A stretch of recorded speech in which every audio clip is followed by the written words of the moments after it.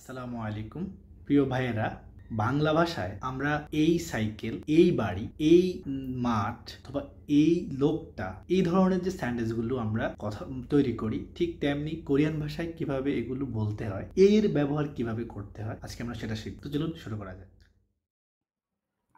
এই পিঁপড়া, ই খেমি, ই খেমি, এই পত্রিকা, ই সিনমুন, ই সিনমুন, এই খাবার, ই উমশিক, ই উমশিক, এই ছাত্র, ই হাকসেং, ই হাকসেং, এই মুরগি, ই থাক, ই থাক, এই কুকুর, ই গে, ই গে। Here, E means A, Khemi means পিঁপড়া, and সিনমুন অর্থ হচ্ছে পত্রিকা, উমশিক অর্থ হচ্ছে খাবার,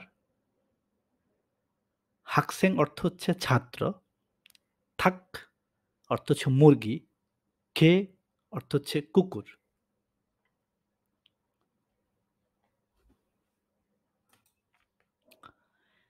ই সাগোয়া, এই আপেল, এই রুটি, ই ফাং, ই ফাং, এই বই, ই ছেক, ই ছেক, এই ফোন, ই জনহোয়া, ই জনহোয়া, এই মানুষ আর এই লোক, ই সারাম, ই সারাম, এই ডিম, ই খেরান, ই খেরান।